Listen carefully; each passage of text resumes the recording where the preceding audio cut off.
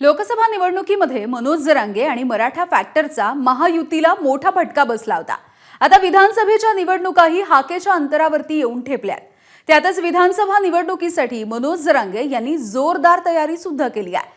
त्यामुळे जरांगे जर यंदाच्या वेळेला निवडणुकीच्या मैदानामध्ये उतरले तर नेमका कुणाला फटका बसणार आणि कुणाला फायदा होणार असा प्रश्न आता सगळ्यांनाच पडलेला आहे। तुम्ही सगळे कागदपत्र काढून ठेवा। वायाला गेले म्हणता येते समाजासाठी, जाऊ द्या, पण तयारी करा। 29ला जर लढायचा निर्णय झाला तर कागदपत्र काढायला वेळ जाईल, त्यामुळे काढून ठेवा। ते 288 जागा लढवत असतील तर ओबीसी सुद्धा 288 जागा लढवतील। तुमचा पश्चाताप तुम्हाला आयुष्यात आला नसेल, इतका सोपडा साप होईल तुमचा राजकीय। जरांगे पाटलांना स्वतःला राजकारणात यायचं आहे का मराठा समाजाला राजकारणात यायचं आहे, या प्रश्नाचं उत्तर जरांगेंनी परत एकदा द्यावं। मनोज रावसाहेब जरांगे मराठा आरक्षणासाठी रस्त्यावर उतरलेला 42 वर्षांचा योद्धा। गेल्या अनेक वर्षांपासून ते मराठा आरक्षणासाठी जिकरीचा लढा देत आहेत। जालन्याच्या अंतरवाली सराटीमध्ये त्यांनी उभारलेल्या मराठा आरक्षण आंदोलनाचा वणवा संपूर्ण महाराष्ट्रभर चांदा ते बांदा असा पसरला। ठिय्या आंदोलनं, उपोषणं, मोर्चे आणि भल्या मोठ्या रॅलींच्या मार्गाने त्यांचा लढा आता निवडणुकीच्या रिंगणापर्यंत पोहोचण्याची शक्यता आहे। कारण आम्हाला ओबीसींमधून आरक्षण द्या, आम्हाला निवडणूक लढवण्यासाठी भाग पाडू नका असा इशाराच जरांगेंनी दिलाय। तर त्यावरून ओबीसी आंदोलनाच्या नेत्यांनी सुद्धा जोरदार टीकास्त्र डागलंय। तुम्ही सगळे कागदपत्र काढून ठेवा। वायाला गेले म्हणता येते समाजासाठी, जाऊ द्या, पण तयारी करा। 29ला जर लढायचा निर्णय झाला तर कागदपत्र काढायला वेळ जाईल, त्यामुळे काढून ठेवा सगळेजण। त्यातून एक ठरणारे, बाकीचे जे वायाला गेले तरी चालतील। कोणाचा नंबर लागू शकतो त्याचा आज काही सांगू शकत नाही कुणी, आणि सगळ्या जाती धर्माचे।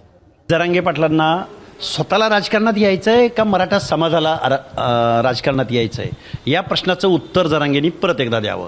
आणि स्वतःला जर जरांगे पाटलांना राजकारणात यायचं असेल, त्यांना शुभेच्छा आहेत, पण ते जर मराठा समाजाची भाषा बोलत असतील तर मराठे महाराष्ट्राच्या राजकारणात कधी नव्हते, ते सगळीकडे भरून उरलेले आहेत। ते 288 जागा लढवत असतील तर ओबीसी सुद्धा 288 जागा लढवतील। कोणते पक्ष आम्हाला साथ देतात ते बघून बाकीचा काय करतात त्याचा सुद्धा निर्णय। खरं तर मनोज जरांगे आणि मराठा आरक्षणाच्या लढ्याचा लोकसभेच्या निकालावरही मोठा परिणाम झाल्याचं उभ्या महाराष्ट्रानं पाहिलं। मराठवाड्यातील 8 पैकी 7 जागांवरती महाविकास आघाडीचा विजय झाला।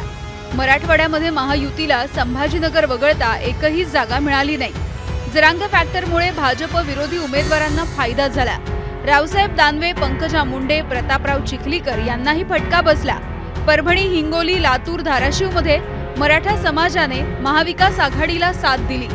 तर मराठा समाजाची जी मतं आहेत त्यातल्या त्या तरुण पिढीची मतं आहेत, ही साहजिकच ही आम्हाला आरक्षण कोण देणार शिक्षण आणि नोकऱ्यामध्ये, त्या दृष्टीनं ती त्याकडे वळतात। तर आरक्षणाचा परिणाम हा निवडणुकीवर होणारच, आणि लोकसभेवर तो झालाच होता। मराठवाड्यामध्ये ज्या लोकसभा मतदारसंघाच्या निकालात जर एक दृष्टिक्षेप टाकला तर हे दिसून येतं की आरक्षणाच्या दिशेनेच मतदान झालेलं आहे। जो आरक्षणाला पाठिंबा देईल त्याला आम्ही मतदान करू असं म्हणून त्याचं नुकसान, म्हणजे त्याचा जो काही तोटा झाला होता तो आघाडीपेक्षा युतीला जास्त झाला, कारण युती सत्तेवर आहे।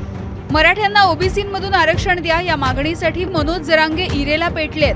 कुणबी दाखल्यांच्या मुद्द्यावरही ते आग्रही आहेत। आरक्षण मिळालं नाही तर निवडणुकीच्या रिंगणामध्ये उतरण्याचा इशारा त्यांनी दिलाय। त्यामुळे जरांगे फॅक्टरचा परिणाम लोकसभेप्रमाणे विधानसभेच्या निकालांवरती तर होईलच, मात्र त्याआधी सर्वच पक्षांच्या तिकीट वाटपावरही जरांगेंच्या इशाऱ्याची सावली असणार आहे, एवढं मात्र नक्की। ब्युरो रिपोर्ट, एबीपी माझा। एबीपी माझा, उघडा डोळे बघा नीट।